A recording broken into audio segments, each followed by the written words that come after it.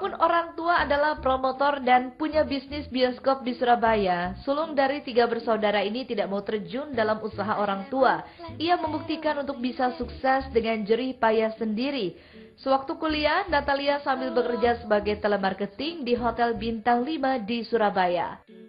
Dari kecil untuk bisa berjuang dengan diri saya sendiri gitu, berjuang sendiri gitu ya. Jadi saya memang pertama melamar pekerjaan, saya ikut walk-in interview waktu itu, dan kemudian saya bisa terpilih.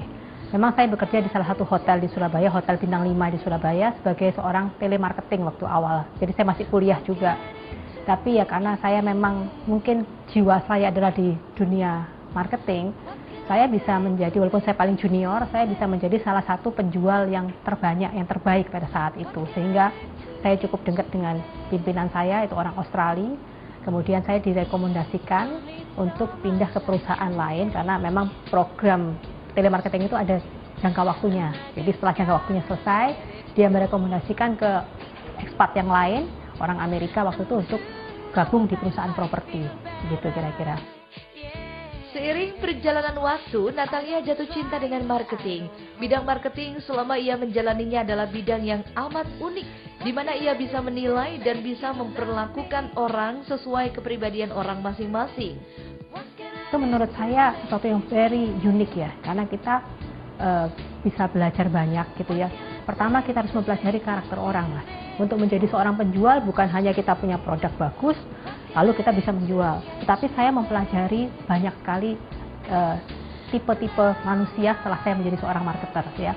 Pertama, mungkin kita pernah waktu itu belajar bahwa orang itu ada yang sanguin, ada yang kolerik, ada yang melankolik, ada yang flegmatik. Dan untuk menjual kepada mereka ini itu caranya beda-beda. Jadi begitu saya ketemu orang, mungkin 5 menit pertama saya mencoba untuk menilai, oh, orang ini kira-kira tipe yang mana ya? Oh, kalau dia tipe yang kolerik atau dia tipe yang sanguin, kira-kira pendekatan seperti apa yang saya harus berikan? Memang tidak selamanya selalu pasti begitu ya, tapi at least dari tambah dengan bertambahnya pengalaman saya, mungkin dari 100% mungkin saya udah benar kira-kira sudah 95% mungkin. Saya sudah bisa menilai orang itu dengan tepat dan saya tahu bagaimana harus men-treat atau saya harus berbuat apa agar orang ini tertarik untuk membeli produk saya. Tapi satu prinsip yang saya pegang sampai sekarang, saya menjual apa yang dibutuhkan orang-orang itu. Jadi saya tidak mau misalnya orang itu nggak butuh tapi saya paksa dia harus beli, saya nggak mau. Tapi saya akan mencoba menggali apa need daripada orang tersebut, lalu saya akan mencoba untuk bisa matchkan dengan produk saya. Namun ada kalanya ia mendapat tantangan yang berat jikalau ketika perusahaan tidak dapat memberikan janji sesuai dengan apa yang sudah dijanjikan marketing. Pasang surutnya itu pasti. Yang mungkin yang buat saya yang paling berat mungkin ya adalah pada saat saya bekerja di perusahaan, kemudian saya menjual produk. Ternyata perusahaan itu mungkin kurang komit terhadap produk yang dijual misalnya. Itu saya juga pernah, karena saya juga pernah pindah-pindah kerja juga ya. Itu yang membuat tidak sesuai dengan hati nurani saya, karena kalau saya sudah berjanji menjual produk dengan spesifikasi seperti ini gitu ya, saya mencoba untuk bisa pastinya harus mendeliver sesuai dengan ekspektasi atau janji saya, karena itu adalah komitmen. Namun kalau ada support daripada mungkin owner dari perusahaan atau perusahaan tersebut kurang gitu ya, sehingga saya tidak bisa mendeliver sesuai dengan janji saya, itu akan menjadi beban buat saya gitu. Dan saya biasanya berusaha untuk duduk bersama untuk membicarakan bahwa ini loh yang kita janjikan, jadi tolong untuk dibantu supaya kita bisa mendeliver at least sesuai dengan. Di tahun 1996, Natalia bekerja di Ciputra Golf Club and Hotel selama kurang lebih 3,5 tahun lamanya. Saat itu hotel ini mengalami peningkatan yang luar biasa. 96 mungkin ya saya pertama kali berkarir. Saya di sini saya melamar waktu itu dari koran, dari newspaper, saya melamar untuk menjadi sales and marketing manager pada saat itu. Jadi bos saya dulu adalah orang Amerika juga, walaupun Inggris saya pada saat itu masih biasa-biasa begitu ya, tapi saya penuh percaya diri, saya menulis surat lamaran dan saya diinterview, langsung saya diterima. Saya bekerja kira-kira mungkin di Ciputra Golf ini, Ciputra Golf Club dan Hotel itu kira-kira 3,5 tahun ya. Dan memang pada saat itu penjualan keanggotaan atau membership meningkat luar biasa. Jadi sampai mereka juga kaget kok ternyata bisa meningkat begitu. Lalu motivasi anak buah yang dulunya biasa-biasa bisa meningkat juga. Lalu saya ditanya gitu ya, kenapa Natali kok bisa begitu ya? Apa maksudnya rahasianya atau resepnya? Mungkin satu adalah saya kalau untuk meyakinkan anak buah bahwa mereka bisa, itu saya harus beri contoh dengan diri saya sendiri. Jadi pada saat saya membuat open house, saya orang yang paling duluan untuk menyambut para prospek dan saya menunjukkan sama mereka produk saya ini, saya berusaha untuk berjualan. Mungkin kalau dari tingkat rata-rata, dari saya ketemu 10 orang, itu 9 orang yang close akhirnya, yang beli. Jadi anak buah saya lihat, loh ibu saya bisa gitu loh. Berarti kita harus bisa dong. Dan saya bilang ke mereka, kalau kamu menemui kesulitan, kamu bisa bicara dengan saya pasti akan support gitu ya. Jadi mungkin pada saat negosiasi.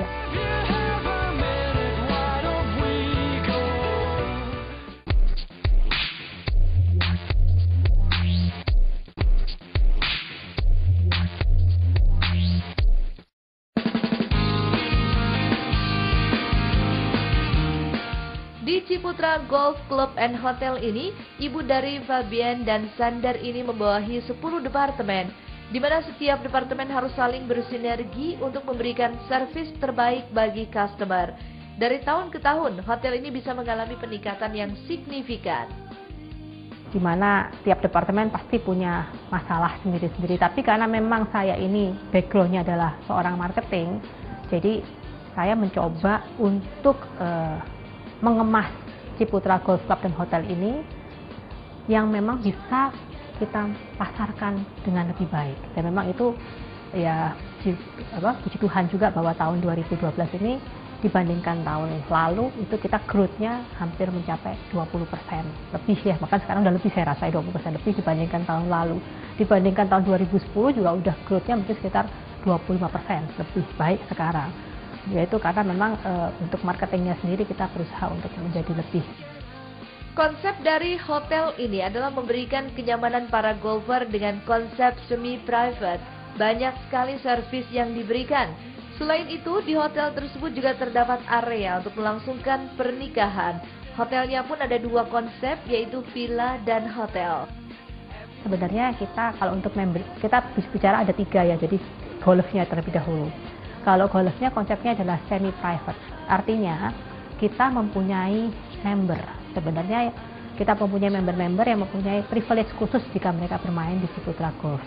Tapi kita juga bisa menjual gitu ya, atau mengundang mereka yang bukan member untuk bisa main di tempat kita dengan terms and condition tertentu. Jadi mereka nggak boleh sembarangan main di tempat kita. Mereka ada aturan-aturannya. Itu konsepnya golf. Kalau klubnya sendiri sebenarnya kita dari segi restorannya ya. Restoran ini bukan hanya restoran aja, tapi kita berusaha mengembangkan wedding vow. Jadi kita mau Ciputra ini menjadi tempat mungkin orang untuk mengucapkan atau membuat janji pernikahan dari multi religion. Ini baru selesai dibangun dan kita akan launch segera. Seharusnya sudah bisa dipasarkan sih sekarang. Kita masih pre-launching. Kemudian kita juga punya banquet yang sangat bagus ya. Mereka bisa pesta sampai 1.500 orang untuk wedding di outdoor garden kita, gitu kira-kira. Lalu mengenai hotelnya sendiri, hotel ini adalah fasilitas penunjang untuk Ciputra Golf Club dan Hotel, di mana hotel ini kita punya bentuknya villa dan bentuknya hotel. Jadi sesuai dengan kemauan daripada customer. Kalau mereka mau bersama keluarga, mereka bisa sewa villa. Tapi kalau mereka individual traveler, mereka bisa pilih hotel. Fasilitas yang terdapat di tempat ini begitu lengkap, bahkan termasuk terlengkap di Indonesia. Lapangan golf dengan 27 hole serta fasilitas mulai dari kolam renang, sarana olahraga untuk pribadi dan keluarga, selain tempat yang nyaman dikelilingi pepohonan. Sekedar informasi, hotel tersebut juga mendapat 2 penghargaan MURI baru-baru ini. Salah satu klub yang terlengkap, mungkin fasilitasnya baik di Surabaya dan di Indonesia ya. Jadi kita golfnya sendiri itu 27 hole. Kita punya 3 course yang berbeda, ada lembah course, ada bukit course, ada danau course. Dan tahun lalu kami mendapatkan penghargaan MURI untuk 2 kategori sekaligus, yaitu yang pertama adalah untuk bunker terbanyak di hole par 3 dan satu lagi untuk green terluas gitu ya. Itu merupakan satu penghargaan juga buat kita. Anak-anak juga termotivasi, anak buah saya, dengan adanya penghargaan tersebut. Selama menjalani karir sebagai marketing dalam sebuah golf club, Natalia menemukan tantangan tersendiri. Di antaranya, menghadapi para pecinta golf yang notabene adalah para bos dan eksekutif yang biasa mengatur. Sementara di klub terdapat beberapa peraturan yang harus dipatuhi oleh semua customer tanpa terkecuali. Saya terima selama karir saya adalah saya bekerja di Ciputra Golf Club dan Hotel ini. Kenapa? Karena saya bukan hanya harus menghadapi anak buah saya yang notabene sudah orang lama semua ya, tapi juga kita kan punya member seperti tadi saya cerita. Nah, membernya adalah orang yang tentu saja kalau member golf, orang yang istilahnya biasanya menjadi bos di perusahaannya, Mas. Jadi mereka udah biasa mengatur orang, mungkin punya usaha yang nilainya luar biasa besarnya gitu ya. Mereka orang-orang terkenal di Surabaya yang orang semua hormat sama mereka. Mungkin kalau mau ketemu mereka aja mesti daftar beberapa minggu sebelumnya gitu ya. Jadi sometimes mereka terbawa juga gitu ya. Kalau mereka mau main di tempat kita susah untuk ngatur mereka karena mereka merasa, aduh, saya ini kan mungkin di tempat mereka, misalnya mereka yang mengatur, kok sekarang mereka diatur. Nah, itu kita memang membutuhkan satu skill ya untuk bisa mengedukasi para member kita sehingga mereka mengerti bahwa kalau kita menerapkan suatu peraturan itu semua tidak lain dan tidak bukan adalah untuk kebaikan bersama. Karena kalau kita tidak mengatur maka akan menjadi tidak nyaman bagi yang lainnya. Dan kami sudah memikirkan setiap risiko daripada aturan-aturan yang kami terapkan, pasti ada yang suka, ada yang tidak suka. Tapi yang kami lihat adalah bukan apa yang dimauin oleh para member, tetapi apa yang dibutuhkan oleh mereka. Dalam artian, apa sih cara general yang memang kita harus lakukan? Kalau kita nggak lakukan ini akan membawa dampak yang kurang baik. Walaupun kadang itu ada sesuatu yang tidak populer, ya keputusan yang mungkin tidak disukain, saya harus ambil. Dan banyak juga mereka yang protes, akhirnya datang ke saya mungkin dengan marah atau segala macam. Ya, kita berusaha menjelaskan bahwa paling tidak tujuan kita baik. Dan sekarang saya melihat result daripada itu adalah member-member menjadi lebih disiplin, di time menjadi lebih teratur gitu ya. Lalu secara counting mungkin ya, secara angka ya, sekarang juga kelihatan bahwa jumlah pemain kita meningkat sekitar mungkin sama 20% dibandingkan tahun. Kalau sudah begitu biasanya Natalie lebih memilih untuk mengedepankan komunikasi yang baik dengan para customer dan juga komunikasi dengan anak buah. Dengan para HOD kita saling memberikan rasa kepercayaan. Saya bilang bahwa saya punya goal seperti ini ya, saya punya satu goal dan misalnya kita harus tercapai ini target kita misalnya, kalian harus lari sama dengan saya. Kalau kalian tidak mau lari dengan saya, maka dengan terpaksa saya akan tinggal kalian mau apa enggak. Dan mereka melihat bahwa memang tujuan kita baik kok Mas, pasti mereka juga mau gitu ya. Akhirnya mereka oke Bu, kita support ibu sama-sama, kita coba untuk berbuat yang terbaik. Dan akhirnya dengan sendirinya semua berjalan sesuai dengan apa yang saya harapkan. Walaupun memang tidak bisa 100% sempurna, ada beberapa kekurangan di sana dan sini, tapi at least saya tahu bahwa tim saya ini berada di belakang saya untuk lari sama-sama mencapai goal yang sama pula gitu kira-kira.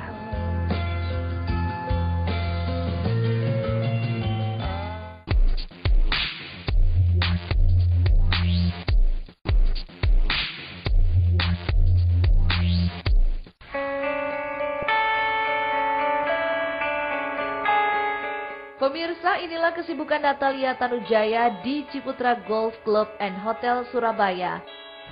Pagi. Yuk kita mulai meetingnya. Selamat siang. Selamat siang, Bu. Selamat siang. Oke, selamat siang semuanya. Siang. Kita akan bahas siang hari ini mengenai persiapan turnamen.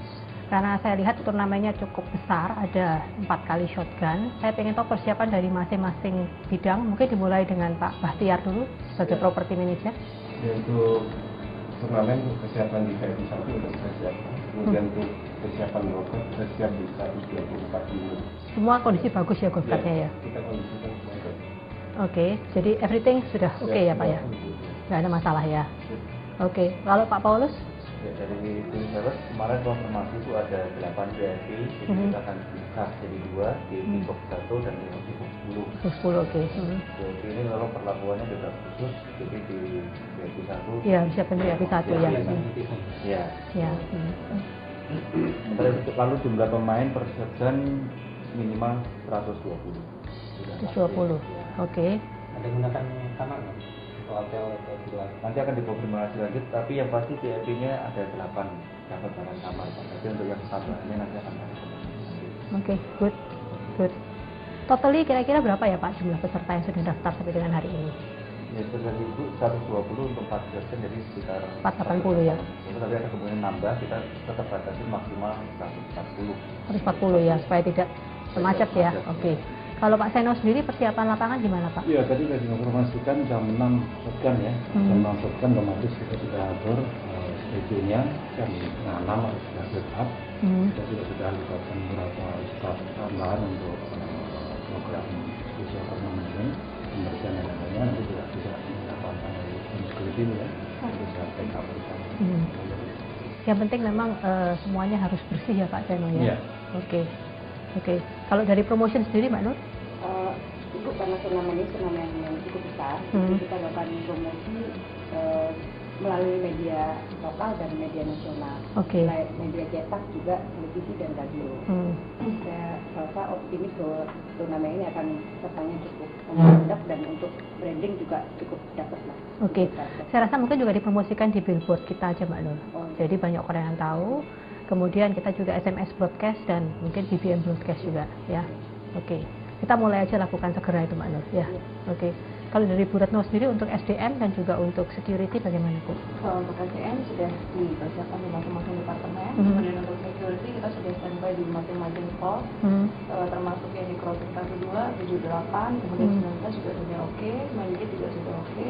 Kemudian untuk di area porter kita akan kosongkan, nanti untuk valet kita sudah sediakan. Good. Jadi tinggal nanti di bagian depan itu sudah sendiri semua. Oke, good. Terakhir Pak Tara nih, untuk kebersihan dan untuk persiapan kamar mungkin kalau beberapa VIP atau mungkin undangan yang membutuhkan akomodasi di tempat kita, bagaimana persiapannya Pak? Baik Bu, untuk 8 kamar kita siapkan di corner semuanya, dan untuk kios sudah kita mulai GT, kita bilang timing, sehingga pada saat turnamen semua sudah ready. Oke. Jadi kesimpulannya semua divisi sudah mempersiapkan bagian dengan baik ya. Saya harap turnamen ini bisa berjalan dengan sukses. Kita harus bekerja keras supaya customer puas, sponsor juga puas, dan acara kita bisa berlangsung dengan baik ya. Terima kasih untuk meeting singkat siang hari ini. Kita bisa langsung segera ke lapangan. Oke, thank you. Janganlah kepada adik-adik atau mungkin rekan-rekan yang lain, kalian harus optimis bahwa kalian bisa gitu. Karena kalau kita mengeluarkan kata-kata saya bisa, energi positif itu berada di sekitar kita Mas, dan kita pasti bisa. Tapi kalau kita belum apa udah bilang pasti kita nggak bisa deh, pasti nggak mungkin lah, ini pasti susah lah, akhirnya jadi susah beneran. Itu memang sudah saya buktikan. Memang pada saat saya menerima tantangan gitu ya, pada saat saya diberi challenge itu saya selalu berkata pada diri saya sendiri, saya pasti bisa. Bagaimana caranya ya kita akan pikirkan gitu ya, walaupun mungkin secara akal sehat kadang-kadang kok susah banget, mana mungkin begitu ya, tapi kita berusaha supaya itu bisa kita lakukan. See you on the next inspiration. Bye.